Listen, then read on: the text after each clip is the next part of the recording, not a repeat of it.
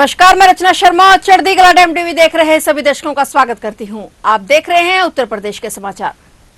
गोरखपुर में प्रांतीय रक्षक दल के जवानों का सम्मेलन। 23 करोड़ से लखनऊ स्थित ग्राम मेट्रो पश्चिम सरोजनी नगर में बहुमंजिला पीआरडी बैरक का शिलान्यास और मुख्यमंत्री पीआरडी कैशलेस चिकित्सा योजना का शुभारंभ कार्यक्रम आयोजित हुआ। यूपी के सीएम योगी आदित्यनाथ ने पीआरडी जवानों को बड़ी सौगात देते हुए उनके लिए कैशलेस चिकित्सा योजना शुरू की है। मुख्यमंत्री योगी आदित्यनाथ ने तारामंडल क्षेत्र स्थित प्रेक्षागृह में आयोजित पीआरडी के जवानों के सम्मेलन में सीएम कैशलेस चिकित्सा योजना का शुभारंभ किया। मुख्यमंत्री ने लखनऊ में 23 करोड़ की लागत से बनने वाले बहुमंजिला पीआरडी बैरक का भी शिलान्यास किया। उत्तर प्रदेश सरकार ने प्रांतीय रक्षक दल पीआरडी के जवानों के कल्याण की दिशा में ये दो बड़ी पहल की हैं। मुख्यमंत्री योगी आदित्यनाथ ने आज मंगलवार को गोरखपुर में आयोजित पीआरडी जवानों के सम्मेलन को संबोधित किया और इसी अवसर पर लखनऊ में 23 करोड़ रुपए की लागत से बनने वाली बहुमंजिला पीआरडी बैरक का शिलान्यास किया गया। मुख्यमंत्री योगी आदित्यनाथ ने कहा कि पीआरडी जवान सेवा सुरक्षा अनुशासन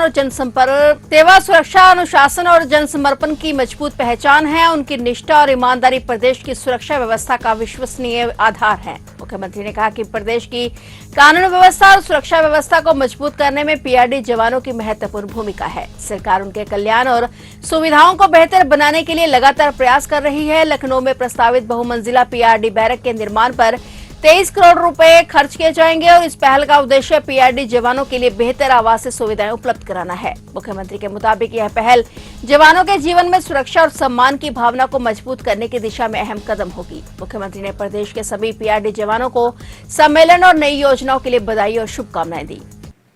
विभागीय स्तर पर आप लोगों को एक हाई-राइज बिल्डिंग बैरक के रूप में लखनऊ के सरोजनी नगर में उपलब्ध हो रही है। मैं इसके लिए विभाग को हृदय से बधाई देता हूं।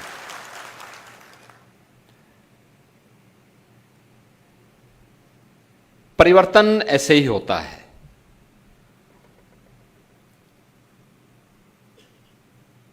अच्छी सरकारें आती हैं तो सबके अच्छे दिन भी लाती है।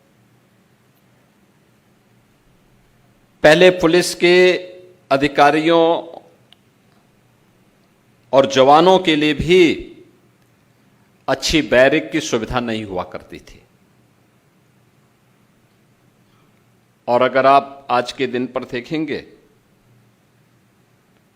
तो प्रदेश के अंदर 56 जनपद ऐसे हैं जिन जनपदों में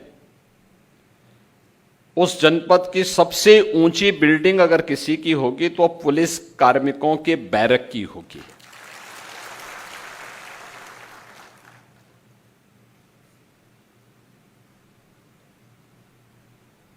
होमगार्ड के स्वयंसेवकों के लिए भी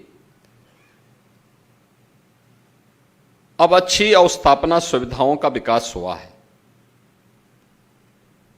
अब प्रांतीय रक्षक दल थे, प्रांतीय रक्षक दल के लिए भी अब हाई-राइज बैरक के निर्माण का कार्य लखनऊ में संपन्न हुआ है। ये चीजें दिखती हैं कि परिवर्तन केवल एक तबके के लिए नहीं है, हर एक तबके के लिए परिवर्तन और उसमें व्यापक सुधार आज दिखाई दे रहा है। मैं इस बैरक के लिए प्रांतीय रक्षक दल से जुड़े हुए सभी अधिकारियों को, स्वयंसेवकों को हृदय से बधाई देता हूं। आज हम सब आपके लिए एक विशेष प्रयोजन से आए हैं। मुख्यमंत्री कैशलेस की सुविधा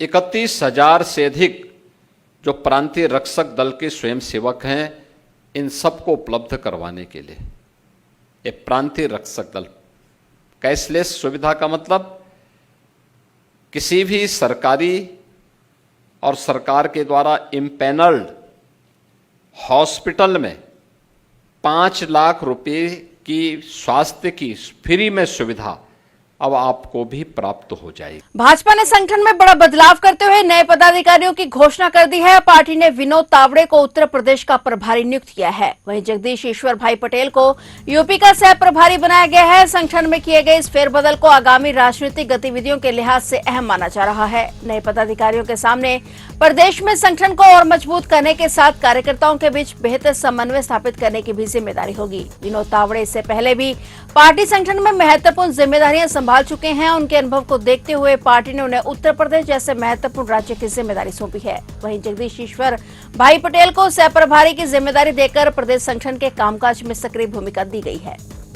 अयोध्या स्थित राम जन्मभूमि मंदिर में चौराहे के जुड़े मामले की जांच कर रही विशेष जांच टीम ने अपनी फाइनल रिपोर्ट शासन को सौंप दी है। गृह विभाग ने रिपोर्ट का परीक्षण करने के बाद आवश्यक कार्रवाई के लिए इसे श्री राम जन्मभूमि तीर्थ क्षेत्र ट्रस्ट को उपलब्ध करा दिया है। सूत्रों के मुताबिक फाइनल रिपोर्ट में राम मंदिर ट्रस्ट के पूर्व महासचिव चंपत राय को क्लीन चिट दी गई है। वहीं ट्रस्ट के सदस्य डॉक्टर अनिल मिश्र पर भी कोई आरोप नहीं तय किए गए की बात सामने आई है। ट्रस्ट के अनुरोध पर शासन ने 13 जून को लखनऊ मंडलायुक्त विजय विश्वास पंत की अध्यक्षता में 3 सदस्यीय एसआईटी गठित की थी। आईजी रेंज किरण एस और विशेष सचिव वित्त नील रतन कुमार को एसआईटी का सदस्य बनाया गया था। टीम ने जांच के आधार पर चढ़ावे से जुड़े मामले में सामने आए तथ्यों, दस्तावेजों और संबंधित लोगों के बयानों की पड़ताल की। चढ़ावे की रकम में कथित गड़बड़ी का मामला सामने आने के बाद चंपत राय और अनिल मिश्रा की भूमिका को लेकर भी सवाल उठे थे। विवाद के बीच दोनों ने ट्रस्ट में अपने पदों से इस्तीफा दे दिया था। प्रदेश सरकार द्वारा गठित एसआईटी की रिपोर्ट में दोनों के नाम नहीं होने से उन्हें राहत मिली है।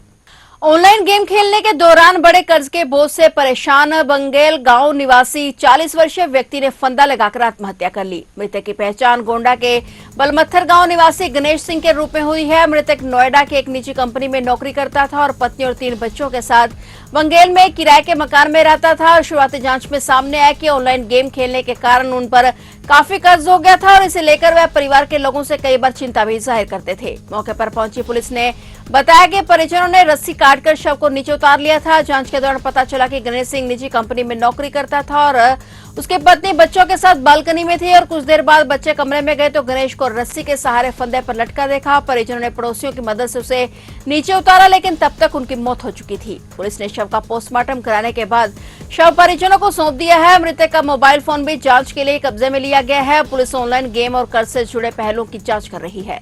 बहुजन समाज पार्टी के राष्ट्रीय संयोजक आकाश अब पूर्वांचल में पार्टी को मजबूत करेंगे। पश्चिमी उत्तर प्रदेश के बाद पूर्वांचल में उनकी सितंबर महीने में जनसभाएं प्रस्तावित हैं। बसपा सुप्रीमो मायावती ने आकाश आनंद की 25 अगस्त को नोएडा के जेवर में जनसभा को मंजूरी दी है। विधानसभा चुनाव से पहले मायावती की मंडलीय रैलियों से पूर्व आकाश वोट बैंक मजबूत करेंगे। बसपा सुप्रीमो आकाश को मैदान में उतारेंगे ताकि जेएनजी को आकर्षित किया जा सके। इससे पार्टी के कोर वोट के बैंक को विपक्ष के पाले में जाने से बचाया जा सकेगा। पूर्वांचल के जिलों से आकाश की जनसभाओं की लगातार मांग हो रही है। बसपा ने वर्ष 2019 के लोकसभा चुनाव में पूर्वांचल में 4 सीटों पर जीत हासिल की थी। पश्चिमी उत्तर प्रदेश में भी 4 सांसद बने थे। हालांकि इसके बाद वर्ष 2024 के लोकसभा चुनाव में बसपा का खाता भी नहीं खुल सका। इसी वजह से बसपा का फोकस पश्चिमी और पूर्वांचल पर अधिक है। पूर्वांचल में बसपा नेता इंदु चौधरी लगातार पार्टी के लिए जमीन तैयार कर रही हैं, तो पूर्व सांसद और बाहुबली नेता अतुल राय भी पार्टी को मजबूत करने में जुटे हुए हैं।